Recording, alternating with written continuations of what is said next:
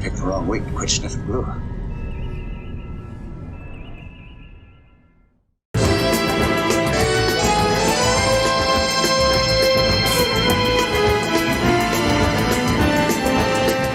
Well, I was putting the video together for tonight, and I realized I had not done an intro, so that's why I am dressed the same as you will see me again at the end of the video when I'm doing the wrap-up.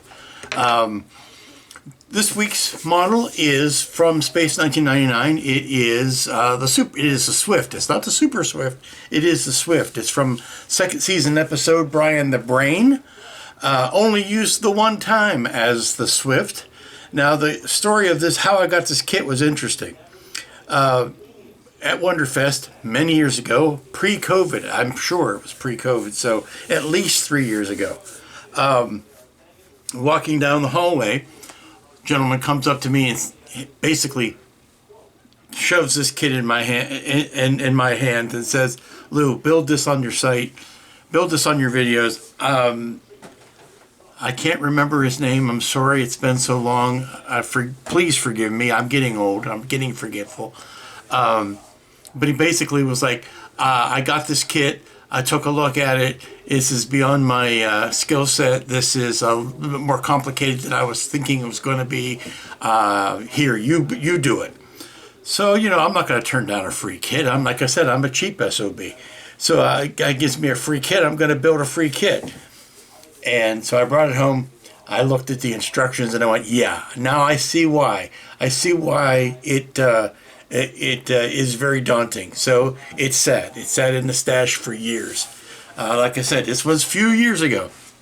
So it sat in the stash for years, and it rose to the top. I had been doing enough of 3D kits and regular kits and commercial kits, and I hadn't done a ship in a while. It's been a few weeks. So I said, okay, maybe it's time. Maybe it's time to pull this Swift kit out and we'll do it. So that's what I decided to do. And here you go. Pick up with Meet the Parts. And here are the parts, and they are legion. There are a ton of these parts, and some of these parts have yet to be made because we've got brass tubing, brass rods that need to be bent and or cut to length. This is by no means going to be, if I haven't already said it, this is going to be by no means a Swift project. This is going to take some time because there's a lot of flash here to clean up, and there are some plain old pug ugly seams, mold seams on here. I don't know whether you can see that to truly appreciate how bad that is. You can see where the sides of the mold were slapped together. I'm going to see if there's a particular way to orient this that we can hide that seam in from what it looks like looking at the overall vision of this thing. If I can hide these ugly seams on the inside, then that will save me a lot of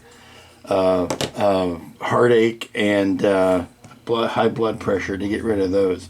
So I guess the first thing we want to do is start cleaning and then rebagging some of these small parts. I'm checking them against the inventory sheet as such as it is. The parts list says this kit contains 106 resin parts plus 15 bells, and sensors.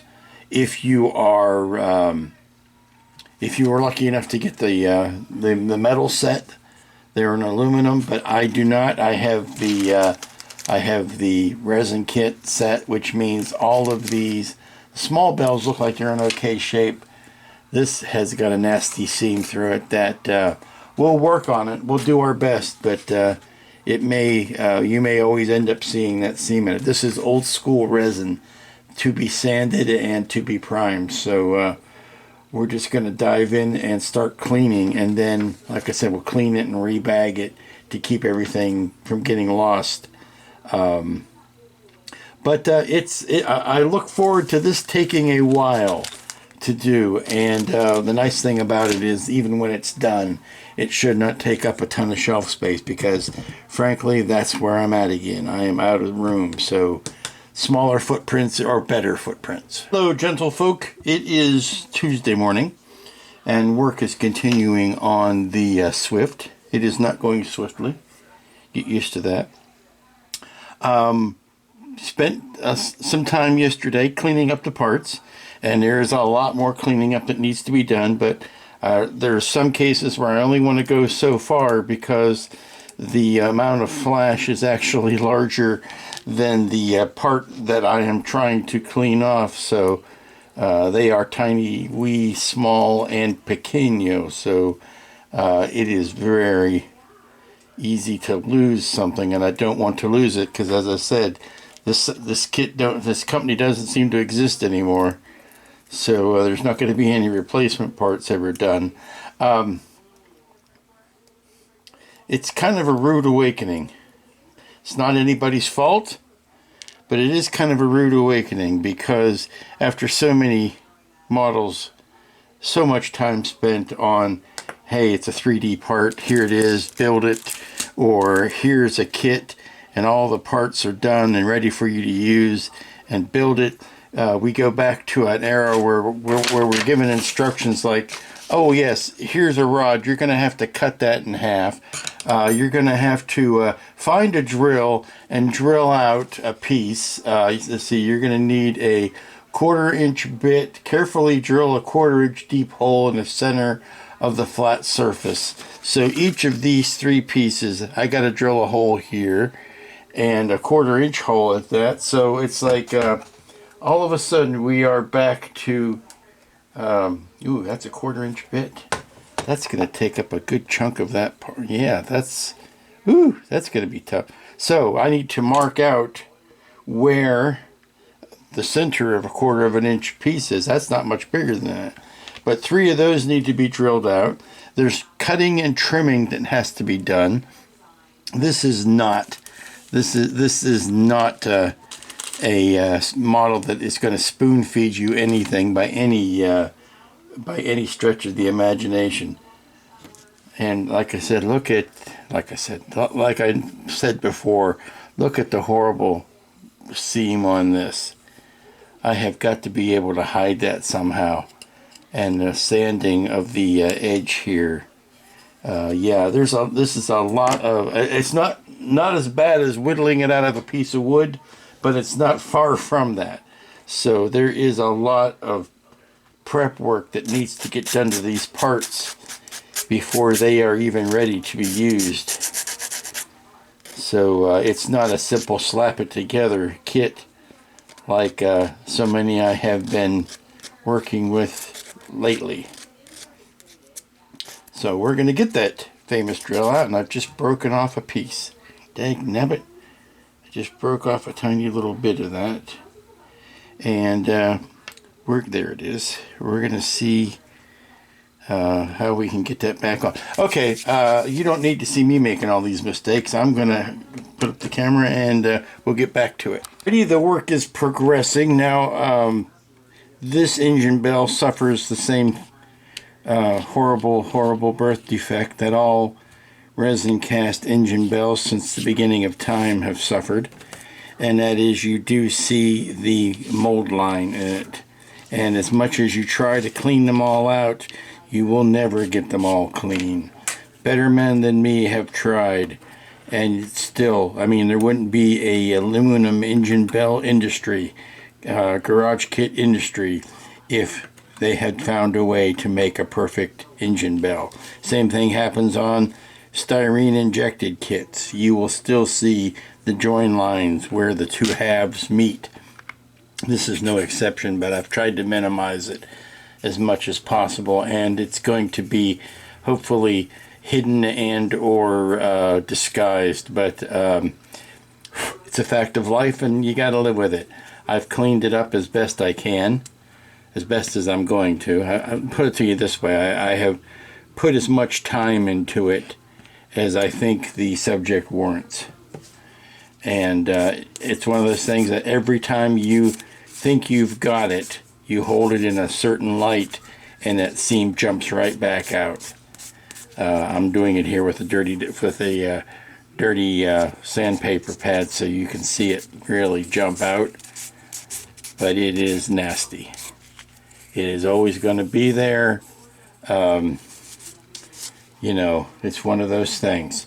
If this were a printed part, you might not see it. If this, of course, were a turned aluminum piece, you would not see it.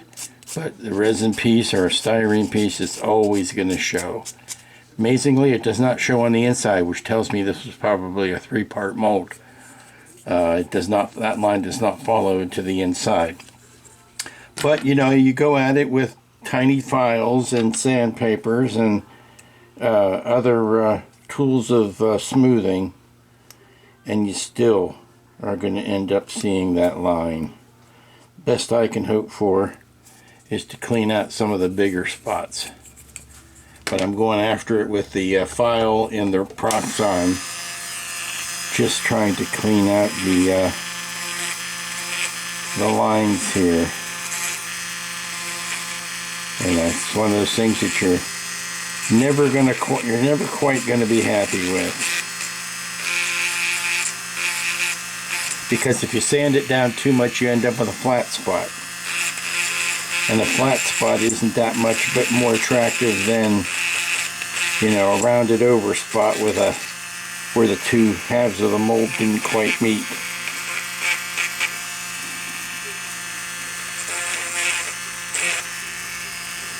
So you try to get the biggest offenders.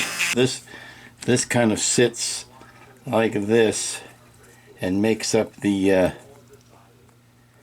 engine assembly. And then you're not supposed to epoxy that rod in quite yet, so we're going to keep that out. Now they want us to body assembly. Make sure the front and rear sections of each pod align properly by reworking the joints between them if necessary to help the adhesion of the glue scratch surfaces that will be glued with coarse sandpaper. Brass rods were cast inside the side pods as an armature to avoid sagging the model over time. These rods may be visible at the tips of the side pods. Now, I've not seen that. That has not, oh, that's these guys. I had not seen any evidence of the brass rods inside these. We'll pull them out and make sure that we are using one of each and not using two of the same thing. That would be embarrassing. Let's see, one of that, and then this, and this, and this. Okay, we'll even those up and get them sanded and glued up. It's a bit of a reverse psychology type of thing. I don't know. You don't exactly know how it's happening. I'm getting the instruction here when you're putting these front halves on that the exterior of the joint between the front and rear is not meant to be flush, but rather a little more raised at the front section. I can't help but make any of that flush. I can't get it to be raised, so I'm going to settle for a perfect joint rather than the instructions, because it's coming out rather flush. I'm noticing a lot of pinholes and a lot of bubbles that are just under the surface, and if I start getting too aggressive with my sanding, I'm going to expose a lot. Like this whole back corner here is gone. So I'm being very careful about not poking the bear when it comes to some of these spots where I'm looking at the instructions and I'm looking at the part and I'm going, well, that part doesn't match. Well, it would if it had a big bubble there.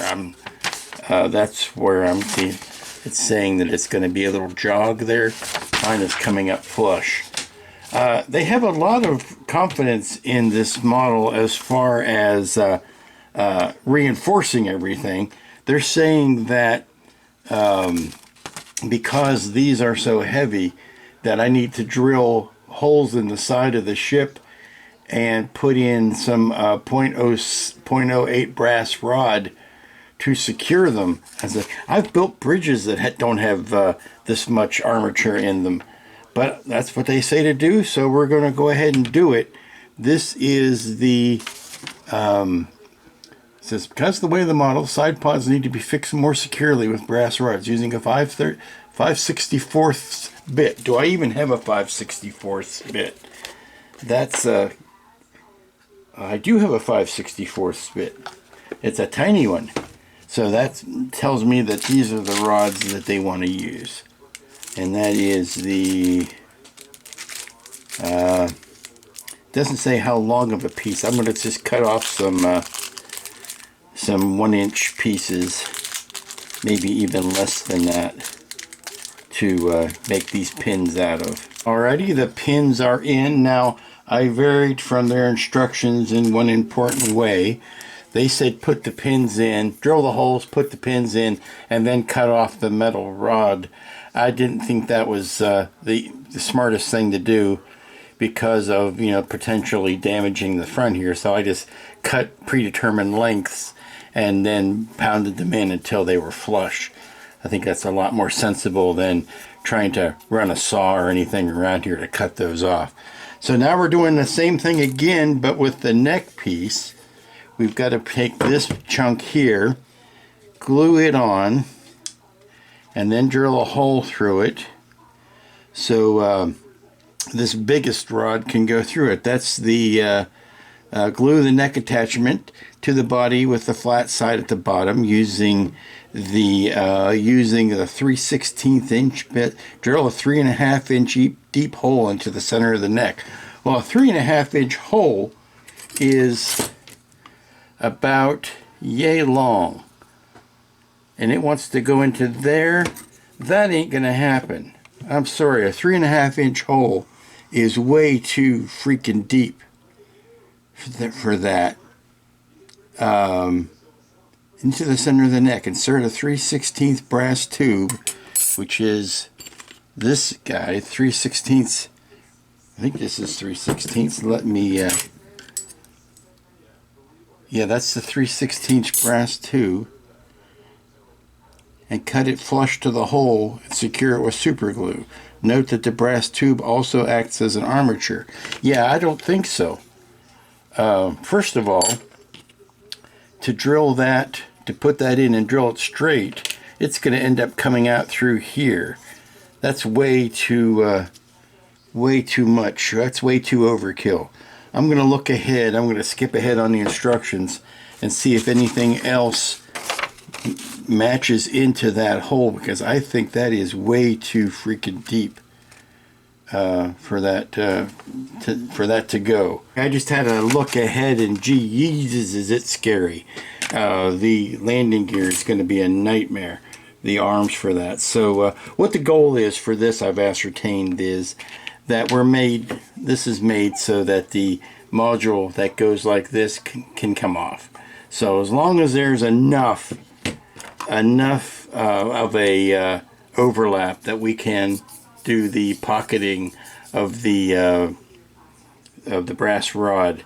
Basically what we need to do, or the tubing here, not rod, what we need to do is bury about 1 inch of this in here, and then have about 1 inch of it sticking out of here so that it sits in. This is not, trust me, this is one solid piece of resin. This does not need armature going down the length of it. We certainly don't need to sink 3 inches of this in here. So if I can cut a piece that is, let me see, the thickness of this plus to about here, that's about 1.25 inches. If I can cut 1.25 inches of this and sink it down in there, that's going to be plenty. And then we just need to make sure that we have at least that much sticking out of the front engine, or the cockpit housing, so that it can slide in there like a pocket. That's all that's there for. So I've got a good chunk of work done. I'm taking a break. This is old school building. This is model building, and it is exhausting. Put some tools away. Now I have had the drill out. I've got the grinders out. I've got the sanders out. I've got everything out, and I need to put some stuff away. I thought I was going to be getting to the landing gear today, and I had done all this work, and I still haven't touched the landing gear. But we have this much done. with this removable and this removable. I don't know what in the long run that buys you.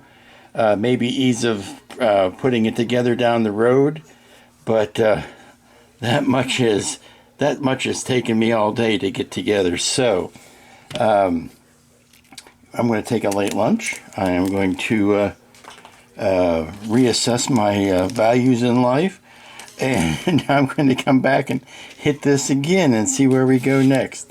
I think this, I'm only on page 7.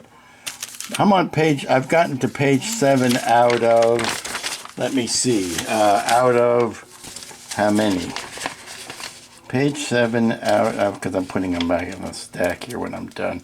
Page 7 out of 26. That'll tell you how much work I've got left to do. Yes, I've got that last piece on, and now we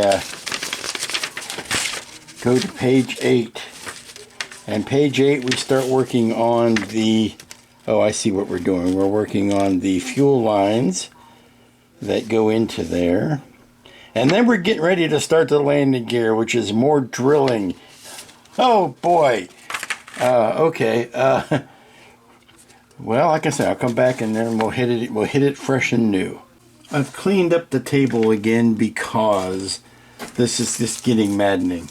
There are too many pieces of things that are too similar, and I am losing track of them. My brain is not keeping them straight. So, in an effort to stave off the dementia, I am cleaning and moving things around. And I'm looking at what's coming, and what's coming is quite daunting. It's the twisting and turning and bending of all of these pieces to make the landing gear. And I'm looking at this, and I think the gentleman, whoever made this, slightly over-engineered things. I'm to the point now where I'm getting ready to put the hinges on the body, and what they're asking to do, these pieces here are mostly solid. This piece is solid. These are solid. What they're wanting us to do is to drill a large hole, put a piece of aluminum in that large hole, and then put the smaller piece of this into the aluminum. And what I really think that's doing, I think that's over-engineered. I don't want to remove these landing gear once they're in place. And you certainly don't need the extra armature for them. This I thought was overkill, was putting the pins in the side, but I did it anyway. What I'm resisting is having to cut into these things more than once.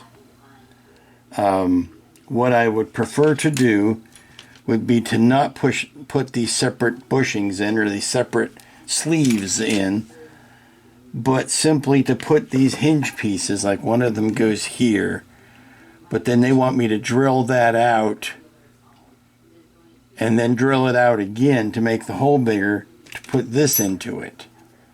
When I'm thinking if I just drilled one hole this size, that would suffice. And that keeps me from having to do a bunch of unnecessary drilling and reinforcing of things that frankly don't need the reinforcement. So I think that's what I'm going to do. It could be a completely wrong thing, but I just don't see overcomplicating this when I know I've got complicated landing gear coming up. Carefully, using a 3/32 bit, drill a 1/4 inch deep hole into the 4 hinges at each side and 2 hinges on the inner. Use a hobby knife, cut 6 1/4 inch pieces of the 3/32, insert those into each hole, and then widen them up a bit. Why don't you just make one hole that's 0.07? Yeah, I just don't see the reason to do that. You're drilling out this and then putting it in, and then drill, and then using that as an attachment, when I think we could, short circuit that, just put one hole that's the size of this rod in. That's what I'm going to do. Alrighty, we're calling the end of the day. The official day one after spending yesterday cleaning parts. The end of day one, and yeah, it's a lot of fiddly work. It's a lot of tedious, a lot of meticulous, a lot of eye-straining work, and I'm not going to kill myself to get too much of it done at one time. This is something I figured would take at least a couple of weeks. And it might look like it's going to do that, because it's not even going to get built probably all this week, and then another week for painting. But I say all that to say this. I did what I was really setting out to do, which was to use up a lot of the really small parts, get them off of the playing field, so to speak, get them into the kit so that I wasn't going to be tripping over them or losing them. So that is mission accomplished. These feet are probably the ugliest bits of resin I've ever seen. But that's how they're supposed to be. I don't like them. I don't like the design of them. The casting on them is not good, even for resin. This is pretty miserable. But we're going to work at them as we can. Like I said, the landing gear are going to be an adventure.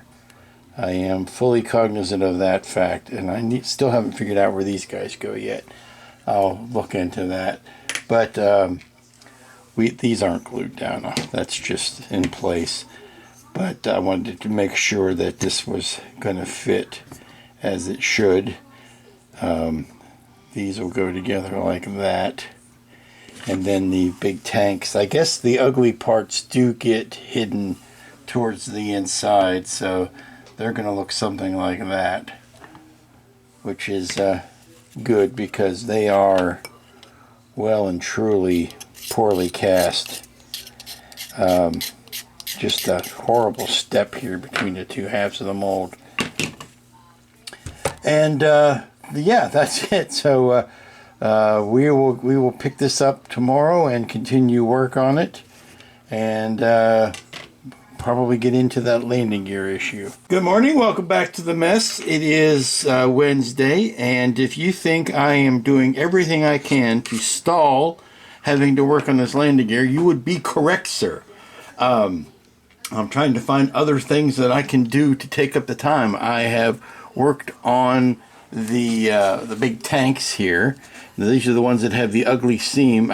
Again, fortunately, that seam goes in the center, and you won't see it once everything is put together. At least that's the plan. I did notice when I was putting them side by side like this that they are not quite the same height. This one is a little taller, and it's a mystery. It's the thing that happens when you are casting resin. They don't all shrink up at the same rate depending on when and how it's made. So this one is a little taller, even though logically it is the same mold. It may have been copies of the mold, I don't know. But I've rounded that down, threw up a cloud of dust to do that. And then of course these details go on the front anyway, so that's going to disguise some of that. But now I'm thinking I want to go ahead and start cleaning up these bells and this spine piece, just because I don't want to face starting the work on the landing gear. I've looked at the instructions until I am blue in the face, and those of you who've seen my older videos might remember what that looks like. I can't grouse about the instructions, because the people who made these instructions are long gone. I don't think the company's around anymore. I don't think the people who did this are around anymore. I did notice one glaring error. If you're going to do something as elaborate as these landing gear, and you are going to show people how big something is, how about making the image actual size? Wouldn't that help? If you made the image actual size, then you could put your part right next to it on the instructions and say, yes, that is big. Yes, that is the right size. As it is, I've had to rescan some of these photos, take them into the computer, do the simple work of resizing them to where this actually is an inch.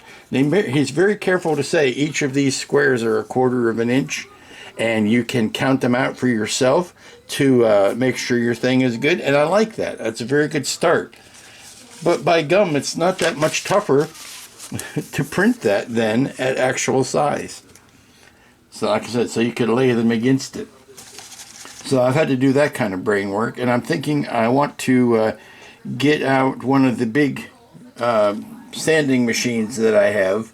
I have a circular, or not a circular sander, but it's a sander that's got a sanding belt on it and a circle pad on it. And what that does is it allows you to get a nice flat place. I need to sand a little bit off of here. This is a little too tall here. I need to take about probably that much off, and then that'll be in the right length, and that will be ready to go there.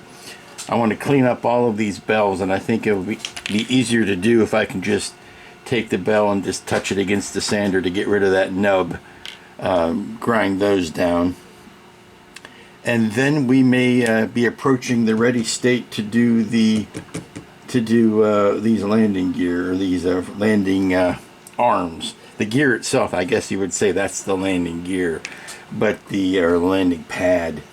But all of these brass rods that need to be bent to the right shape and length and all of that, I did check to make sure these would fit, and they do.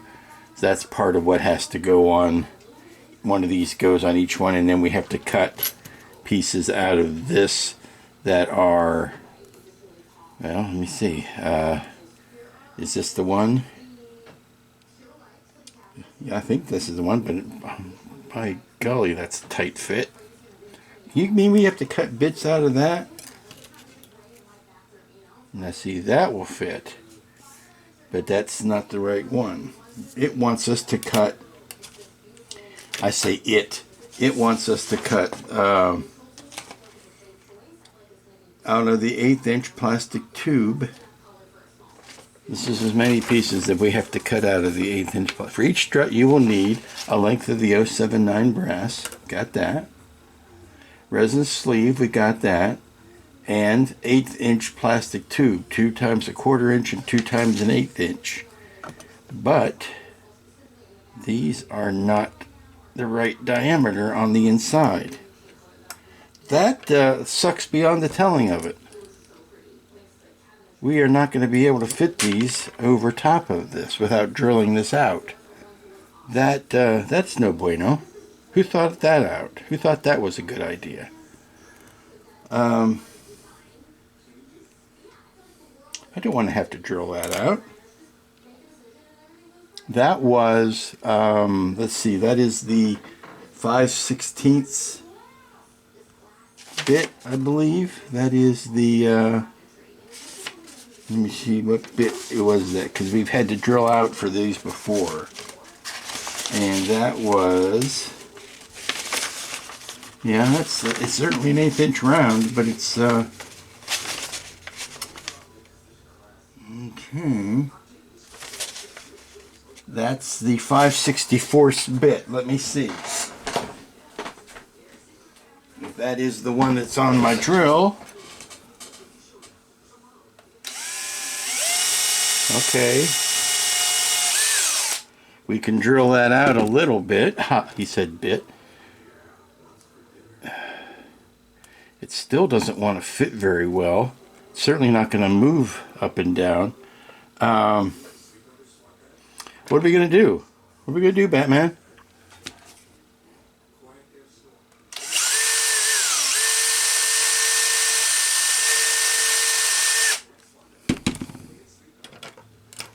This is that same. Oh, that's not going to do at all. That's not going to work at all.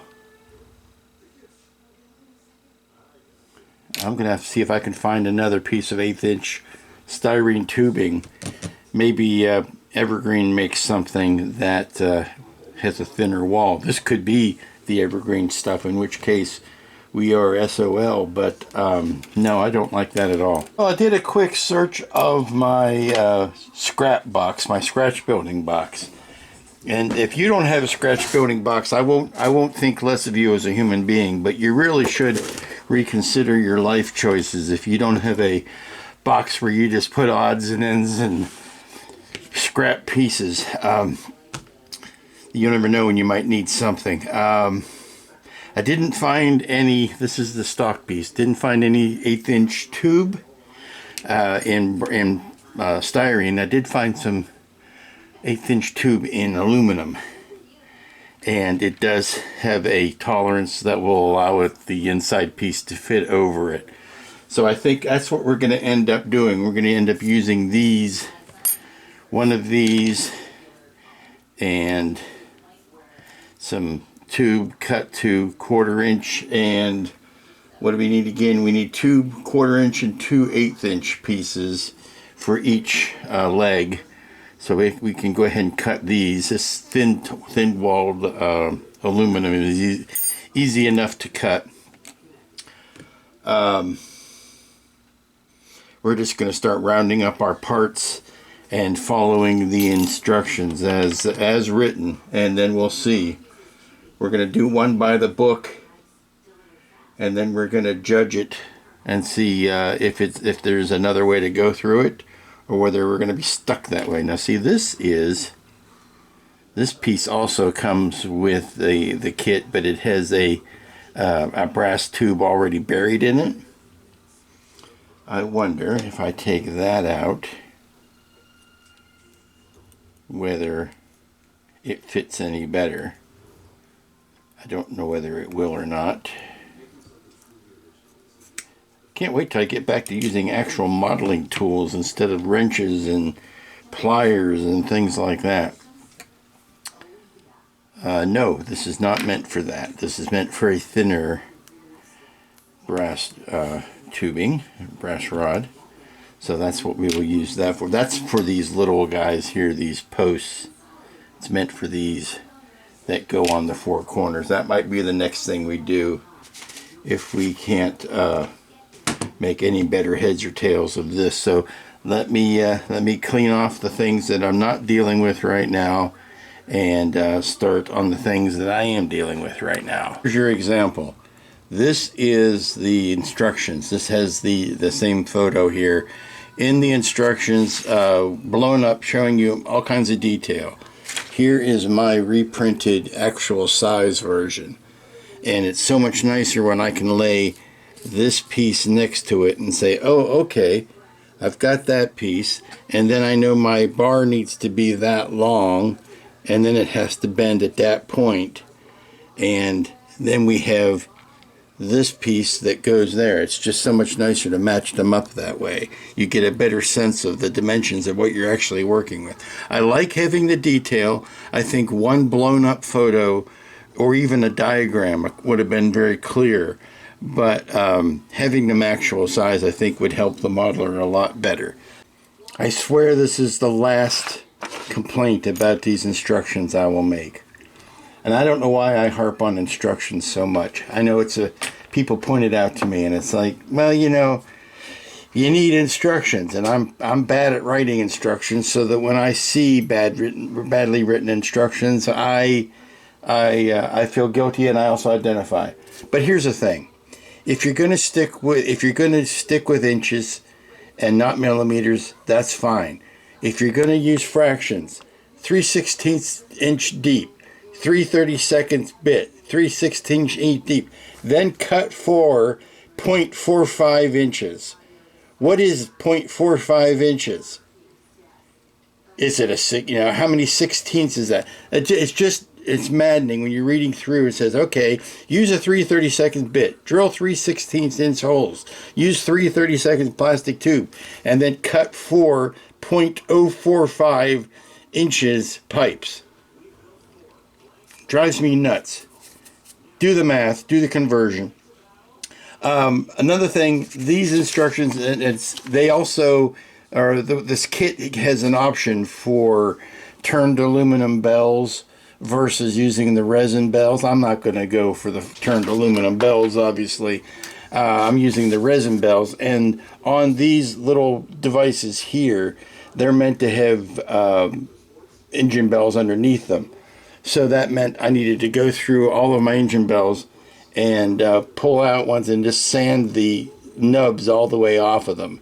So I went ahead and put these on now because I think it's going to be easier to do that now and then to try to figure it out after it's in. It recommends you sitting this thing up on a block that is specifically 2 1/4 inches off the ground to help angle your landing gear. So I've got my block.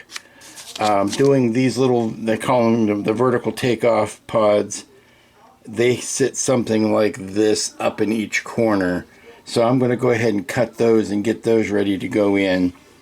And then we're down to nothing but figuring out these landing gears. So let's do that bit next. But really, if you're writing instructions, keep your measurements consistent. That's all I ask.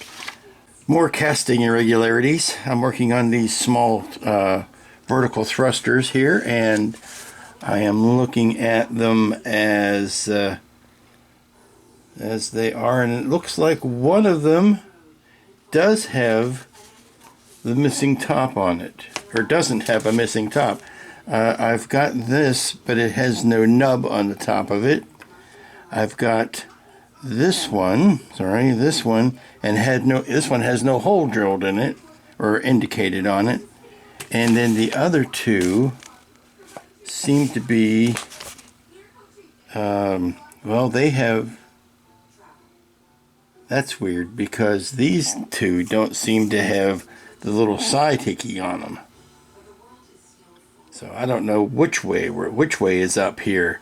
The right side rear is, I can't believe they're this specific, to tell you the truth. Right side rear has nothing on the top, but it has the little side thing. So that's right side rear.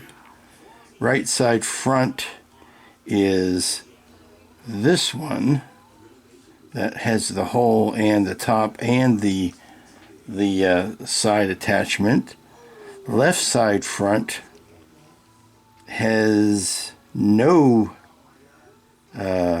visible side attachment, so we'll use that. And then that leaves left side rear, but it needs to have a hole drilled in it right about, well, if it's going to be, let's see, right side rear and left side rear, if you're going to do that, then if I'm going to make them symmetrical, then the hole needs to be about there. Okay.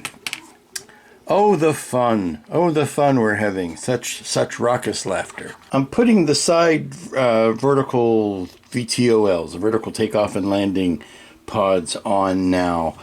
And it's easier, honestly, to look at this finished underside to see the final positioning of these guys than it is in the actual instructions, because of the angles and things, and this being painted as opposed to the raw resin, it's easier to see where it sits than when if you're looking at in the raw resin photos, they're not quite as clear.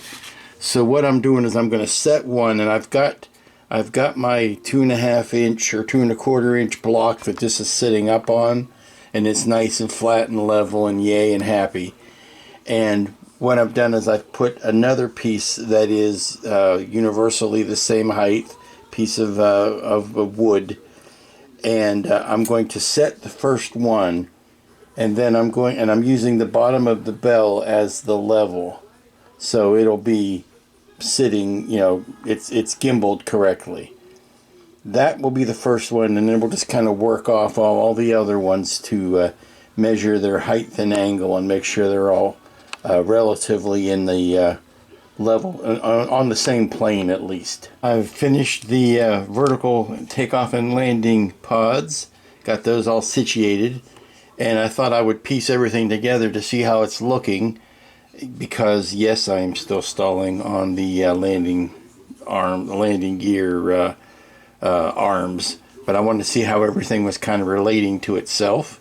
Looking pretty good. Of course, this is not glued down yet, neither is this, but this is, it's kind of heavy. I'm kind of starting to see the merits of all of the reinforcing, but once we get the landing gear in, we'll be fine. That it sits on top again, and that goes like that. So yeah, it's coming along. Nothing left but the hard work. So we're going to take a deep breath and start that. Okay, got everything all laid out. I think we're finally ready to start. For each strut, you will need a length of 0.079 brass rod, which is what this is. The resin sleeve, which is what this is. And then I've got to cut some of the aluminum, like I've said earlier, because that won't fit. What was provided won't fit over this brass. Now, using a nail or other fixed guide, nail in board fixed guide, fully bend the brass rod by hand at approximately a third of the length. Now, I've taken all of these 4 lengths. They are almost 10 inches long, but not quite. And I have marked them all at what is about a third, which would be 3 1/4 inches. That's where my mark is. So each of these have been marked. We are going to put this around the nail and bend it by hand, and bend it completely with pliers at approximately, okay. So what we have to do is we have to bend it by hand. Oh, that's not easy. That's not easy.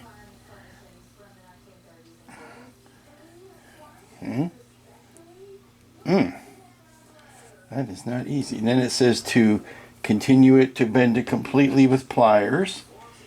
Got my pliers. We're going to bend this completely.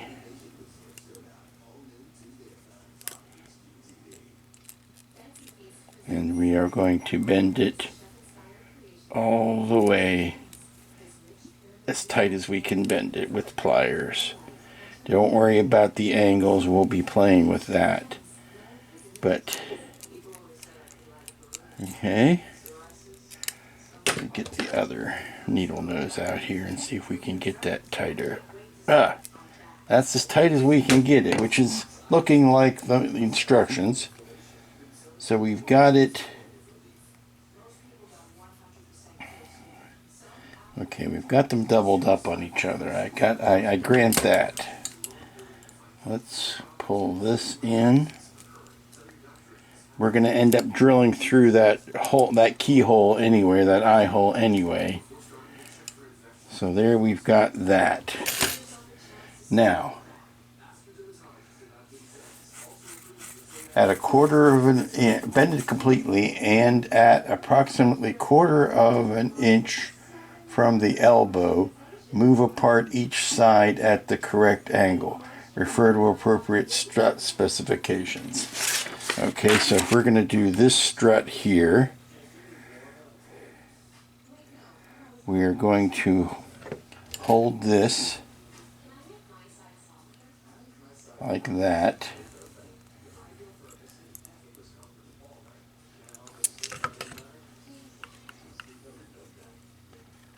Okay, that's about now this has to bend up yet.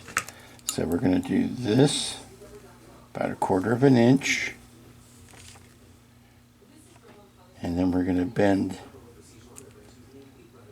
How are they doing it here? Let's make sure we're doing it right. Okay, that's going both that way. So that's going at a 1/4 inch.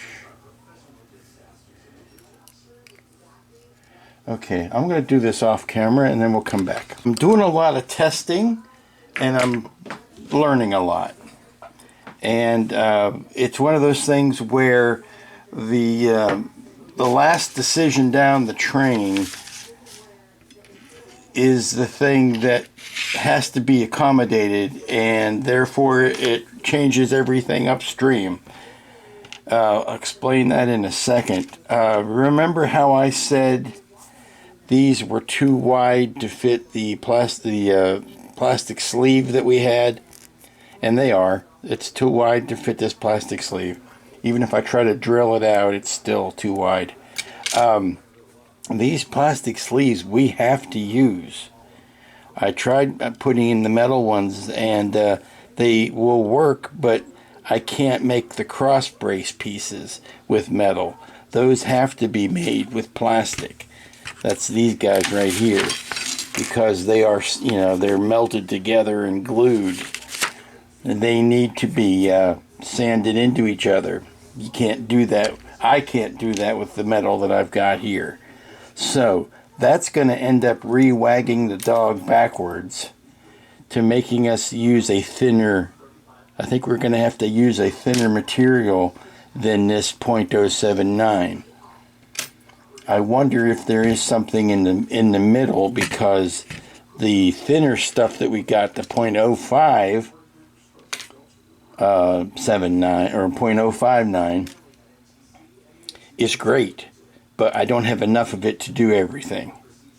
I have enough of it. That's what we're supposed to use to make the side, the side braces, plus the vertical bracing is made out of that. So if I can find some more of that, this is my best effort so far on using the heavy stuff.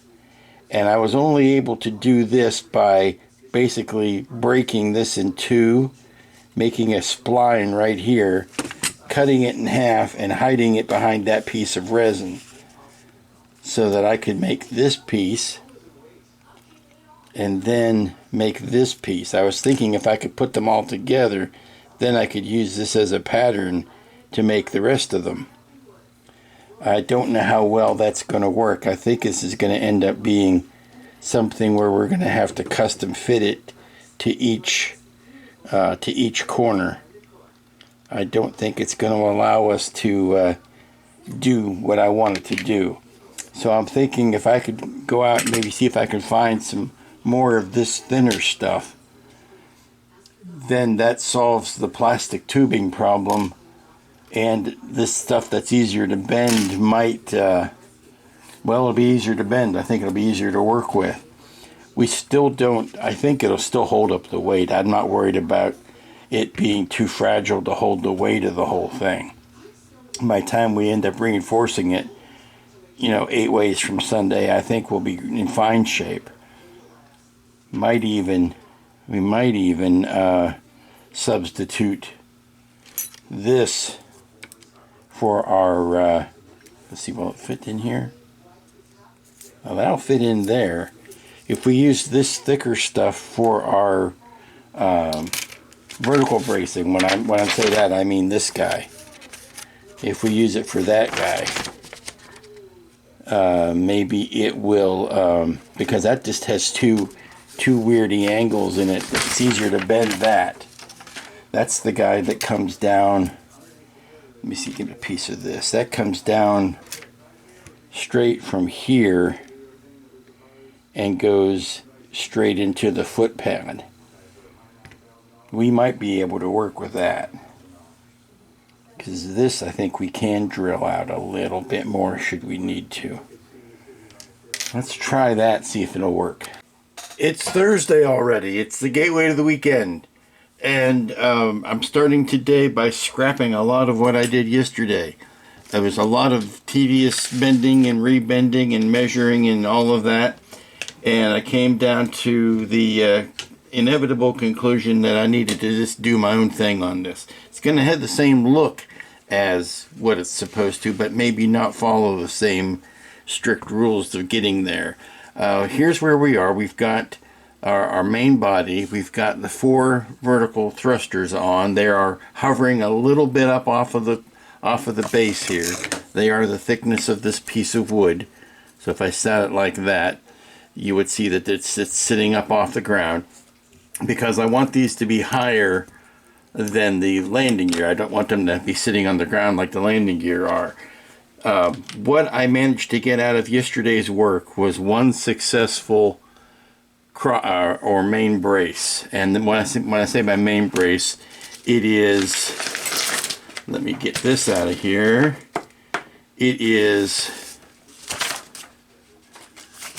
you find the best picture of it. Okay, if you're going to look on the side, it is the main brace that comes down and goes straight into the foot pad. It's this guy right here. I got one of those good. Let me see if I can find a version of it that is unpainted so that you can see what's going on here. It's this guy, the main brace. So I've got a good happy design for those, and I've just pushed everything off of the table, moved it all away, and I made 3 more of those this morning. So that's going to go in here. That's going to go in here, just like that. And it's going to sit down into the foot pad, like that. Okay, we're happy with that.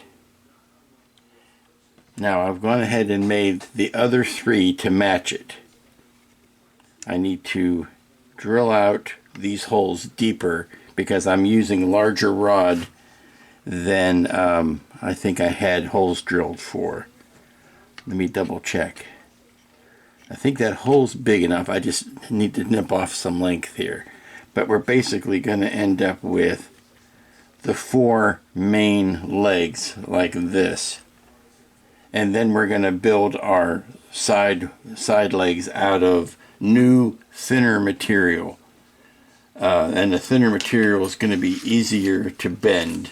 We can get a sleeve over it, and we can bend it around to the convoluted shape that it needs to be.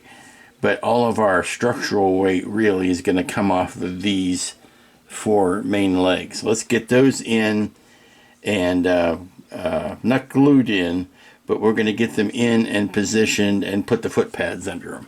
I'm happy with these back legs now. They are in, they seem to be level, they seem to be even, and both touching the ground at the same spot, at the same angle. I think we've got a yay, a happy, and a good. I think the best thing to do now is just to lock those down with as much CA as I can muster, mister, and work everything else around them. Throwing in the towel. I'm throwing in the towel on making that funky little bend right here. This funky little bend is the thing that is breaking my brain.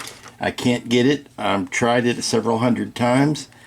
It is, all I'm doing is wasting brass rod and precious time. So what I'm going to do is I'm going to make straight runs of the brass, and I'm just going to dead end them at the front of the landing gear corner here, where let's make sure nothing is shaking here. Take all of that off. I'm just going to dead end them here and not concern myself with that funky little bend. I think we're going to be a lot happier in the long run, and frankly at this point, for all the problems I've had with this kit, I kind of just want to get on with the end of it, get finished with the building of it, so that I can get on to the painting, which is where I have my fun anyway. So I am going to admit defeat on trying to do it exactly as the instructions said, and we're going to see if I can make myself happier just doing straight runs. Well, that's so much better. In a fraction of the time. I just ran a straight from there to there, straight from there to there, and didn't mess with trying to figuring out that stupid little bend there. This was the thing that was killing me, is trying to make that little loop. So take the loop out of the loop, and everything goes together much more quickly. Much more quickly. And now we can put, there is a cross piece that goes between these two, and then that will finish the landing gear. But let's first get these other three done the same way. Oh, I think I'm seeing light at the end of the tunnel. See, this is going so fast and clean that I've run out of material. I need to go to the hobby shop and hope that they have the right size of brass rod and styrene tubing. But that is so neat and clean, and amazing what you can accomplish as long as you don't try to make that goofy angle at the front there. So now we've got to finish. I've got to finish up the back gear. There is the struts that go right about here. I need to get well, it gets bent. It gets bent several times, but it goes something like that. And then I need to do all of the cross gear, or the cross that's why these guys aren't glued down yet, because there are cross members that go, and I don't know exactly the length of them yet. So let's go get some supplies and some lunch, and then come back and hit it some more. It won't stand up to close scrutiny. Please don't put a protractor next to it. But I think I am very happy with the landing gear situation. That's them. Like I said, don't check me on all these angles. They were all bespoke. Let's just say that. I custom made each fitting to each angle, because no two of them are exactly alike. But we've got all of our gussets in. I'm very happy with that. There's some sanding to be done. There's a little bit of filling to be done. But I think once we get a coat of primer on that, you're not going to see a good number of the flaws that are and maybe inherent at this point. So yay, that's a good amount of work to get done today. Let's do a little bit of quick reassembling of the whole thing and see how it looks. There are still some details left to go on the body. There's some thrusters that need to go in, and some, like I said, some other details. But I think we're in great shape. Yeah, that's sure that's sitting right. The engine is in correctly. That sits on top of it. This sits on top of that. Yeah, very happy with that. We're almost ready for some primer. I think if we get a little bit of the body work that needs left to be done, and the sanding, if we can get this into primer by the end of tomorrow, then that gives us next week to paint it. And next week is another short week for me because of the IPMS Nationals that are in Virginia that I will be going to. That by the time this video uploads will already be in progress. And maybe I've already seen you there. But yeah, I think we're in fine shape. Well, good morning and welcome back. It's Friday. It's the last work day of the week. The last work day on construction, I feel, for the Swift here. We've down to just a handful of really tiny parts. Now, a lot of these I won't be using because those were involved in the that weird joint on the landing gear that I circumvented yesterday, so we're not going to be dealing with those. But what we do have today will make up for it because we've got these tiny navigational thruster bells. If you've done any work on an Eagle, you know what these are. These are the little tiny directional thrusters that go on the sides of the cockpit. Now, luckily, we don't have as many of these clusters as we do on an Eagle. We only have 3 sets of them, and they all go on the command cabin. These are the remnants that have real-life counterparts on the lunar module, which is one of those things that made the Eagles and the ships from Space 1999 look so realistic. Was because we could point to those and say, oh, well, those are on the actual lunar module, so that I suspend my disbelief because I see what those are, and it looks real. Well, they only have 3 spots, and they're all in the head. There's one here on either side, and then there's one on the top. There is none on the bottom. And then we have these inserts, again, which are familiar to people who know what the Eagle looks like, because the Eagle has those top and bottom. I only have one part left that I have no idea where it goes.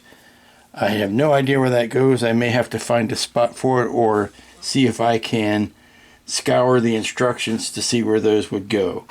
I have 2 tiny details that have mysteriously wandered off of my cutting mat here. These are the 2 engines that go on the big thrusters. I know what those are. Oh, here they are. These 2 bits here. These 2 bits here go on either side of the spine part here. So we just go ahead and get those on now, so we don't lose them. And then we'll start working on these, the wee tiny thrusting things. There we are, people. We have the completely built Swift. Now the fun part comes, because now we're getting ready to paint it. And I think I can get a primer coat on this today, even though it's overcast and could rain at any minute. It's pretty much been like that all week, although we finally did get a break in the temperatures. We don't have the 100-degree temperatures anymore. What's worse than, really, I don't mind 100-degree during the day. I know that sounds stupid. It's when it never really cools off at night. And we were getting to the point where it was only getting down to like 75, 80 at night. And if you never really cool off, you just feel like there's no end to it. But that's not you didn't come here for the news or the weather.